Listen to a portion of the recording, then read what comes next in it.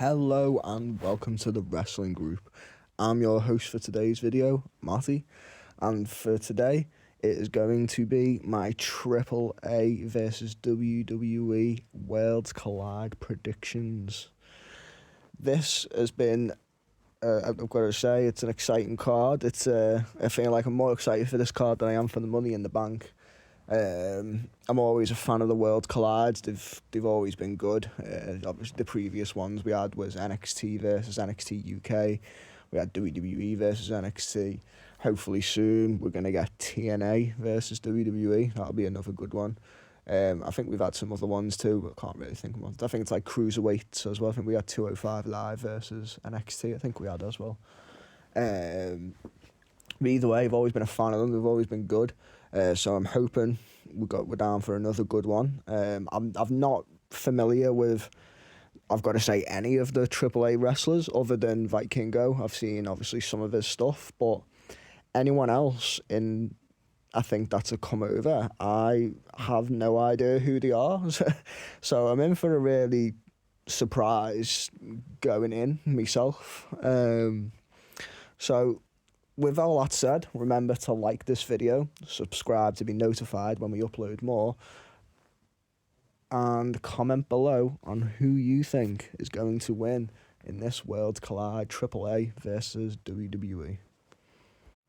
So starting off with match one, we have Legado Del Fantasma, which is WWE's tag team, Santos Escobar, Angel and Berto, versus Dr. Wagner Jr., Pagano, and Psycho Clown.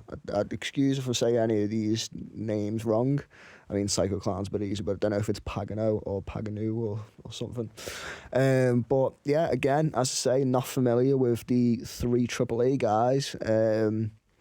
But I feel like anyone that's got a name called Psycho Clown as a wrestler is going to be interesting. But I am familiar with Santos Escobar and Angel and Berto. I think at each point in their careers, they, as a singles star, they've had their run.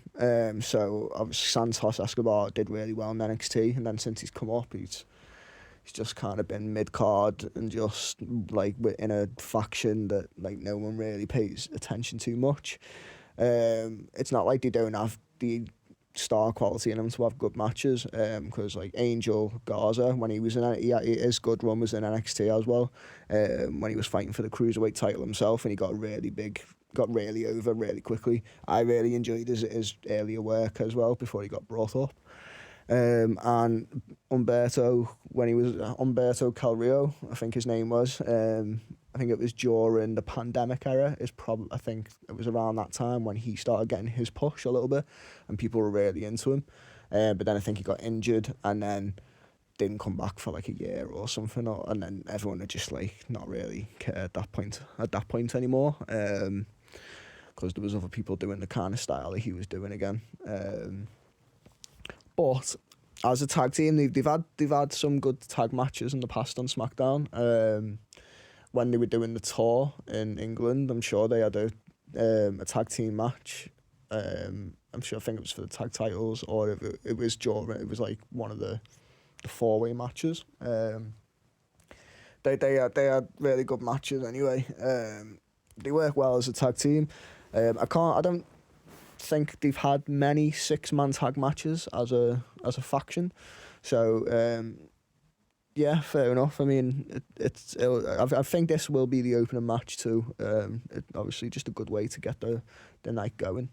I think the winners will be, because I don't know much about the other people, I think the winners will be Legado Del Fantasma, just picking up the first victory for WWE. And then we have Stephanie Vicker versus and Lola Vice versus Chick Tormentor and Dallas or Dalius. I don't know how to say that one. Hopefully it's one of them. In a tag team match, a women's tag team match. There's a lot of tag matches on this card. As far as I know, there is only one singles match, which is very surprising considering the talent on both companies. Like, they could easily throw, like, there's only 5 matches. They could have thrown easily another 2 on the card, 2 single matches. But there's a lot of multi-man matches. Anyway, Stephanie Vicker and Lola Vice versus Chick Tormentor in Dallas, or Dalius, whatever.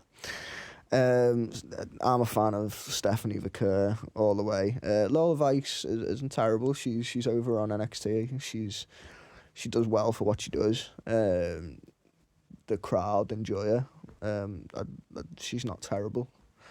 I think it's a weird pairing to put her with Stephanie Vicker, though. I mean, especially also since Stephanie's just lost the title and come to the main roster. Why she's being... I mean, I know the match got announced while she was Chill Champ, but if the plan was to bring her up and have her drop the title, could have done something different, maybe. Maybe just have a singles match, because there isn't a singles women's match on here. That is the only women's match as well. I don't know about many women's talent in AAA, but I'm sure there's a talent there that could have had a match. I mean, I know loads of the main women are being used currently for Money in the Bank, though, and obviously they don't want to. But like, people are doing double duty. Stephanie's doing it. Chad Gable's doing it, or is it Chad Gable? Is it? So I'm hoping this match will be good since it's the only women's match, and I think Chick, Tormentor, and Dallas are going to pick it up. I'll give it to them. I don't know them, but I know they are the heels in this match, from what it seemed like. And obviously we've got to get the night started at 1-1.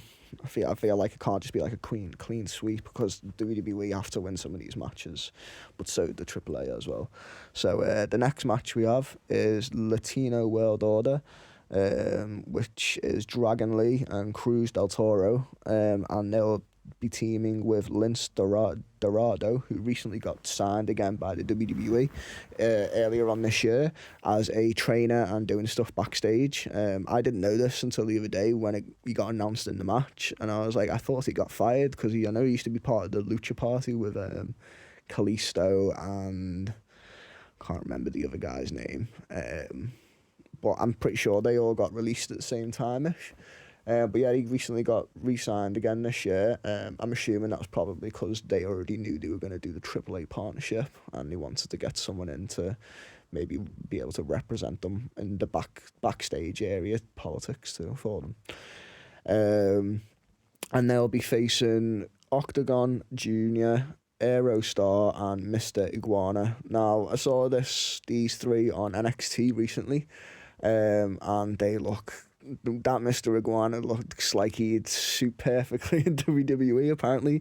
Just got his face painted like an iguana, and he's got like a little pet toy iguana on his hand. I think it's got a name as well. I can't remember the name.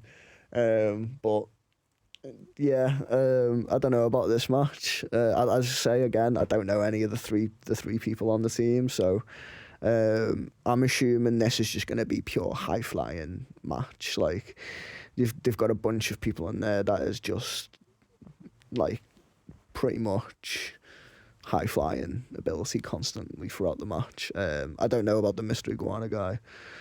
Like, maybe I don't know what he does. But hopefully it can be a good match. I think the Dragon Lee, Cruz del Toro, and Lince Dorado will pick up the win though. Yeah, I don't know why, but I just think it will. And then we'll move on to the next match, which will be Ethan Page versus Javon Evans versus Laredo Kid versus Rey Fenix. Fatal 4-way match for the NXT North American Championship. I've always said that Rey Fenix should have started off in NXT. His ability in the ring just matches the style of NXT. Obviously, they concentrate more on the matches in NXT a lot better than the main roster. And I feel like he would have been able to build a singles career that way there first. because it looks like they're keeping them apart anyway as a team. Penta, that is, as the Lucha Brothers.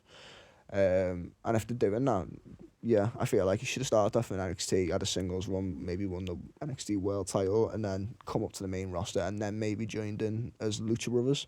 Because Penta obviously would have already had a singles run on the main roster.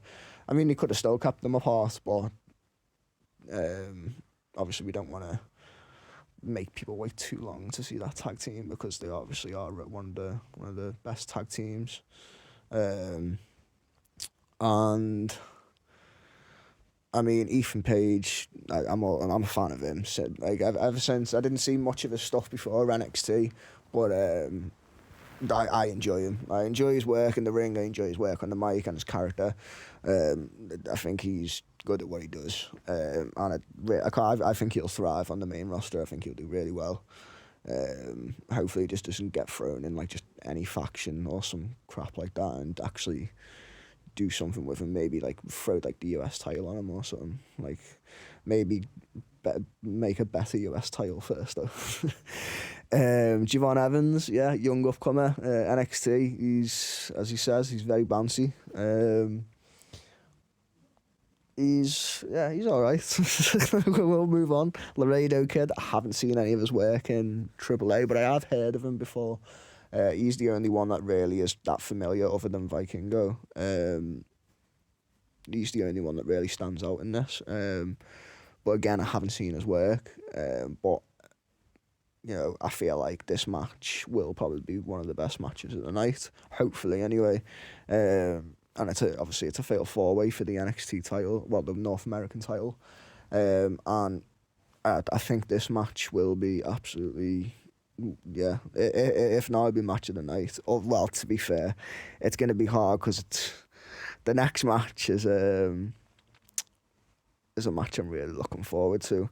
But first off, we're going to talk about this one. So I feel like Ethan Page is probably going to retain his title on this one.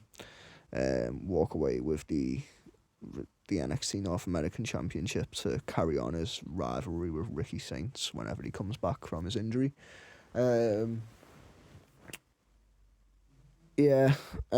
don't see Laredo Kid. I mean, I don't see Rey Fenix winning it because he's still up on the main roster. And then obviously Javon Evans. I mean, Javon Evans could win it.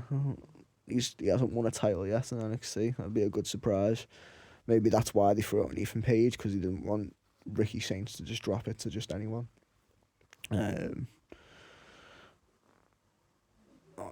But yeah, no, I think Ethan Page is going to retain. That's my final answer. Ethan Page, and then we have the main event, which is Vikingo versus Chad Gable. This match right here should be match of the night, realistically. I've seen Vikingo's work in the ring. He's great. Chad Gable, great wrestler, especially when he's not a stupid persona with his bloody mask and El Grande Americano.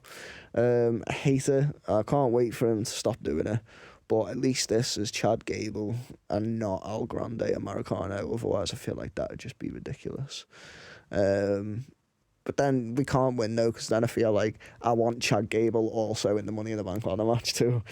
Like, because I want Chad Gable to win the Money in the Bank, not El Grande. I mean, if he wins it and then takes his mask off and that's it and keeps it off, yeah, great, okay. And then it's over. We don't have to do it anymore. But that's predictions for another video after this one.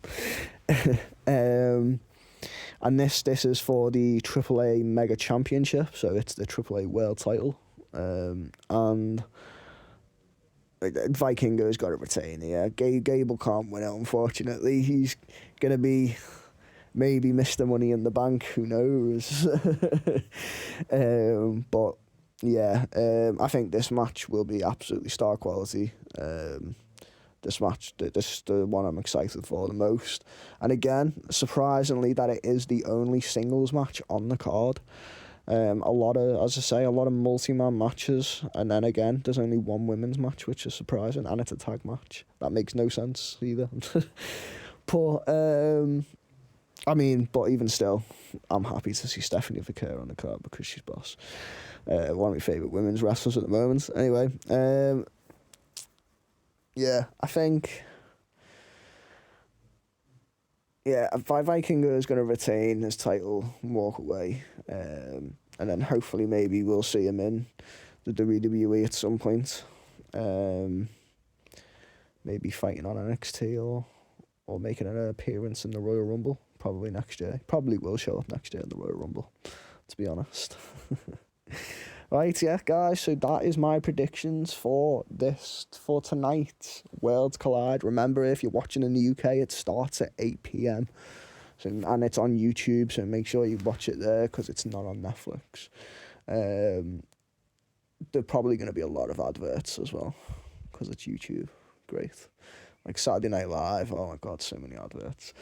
Right, anyway, yeah, guys, sorry, yeah, I'm going to stop complaining now. That is my predictions, and as always, remember to like this video, comment below on who you think is going to win, and subscribe to be notified when we upload more videos, especially since I'll be uploading my Money in the Bank predictions shortly after.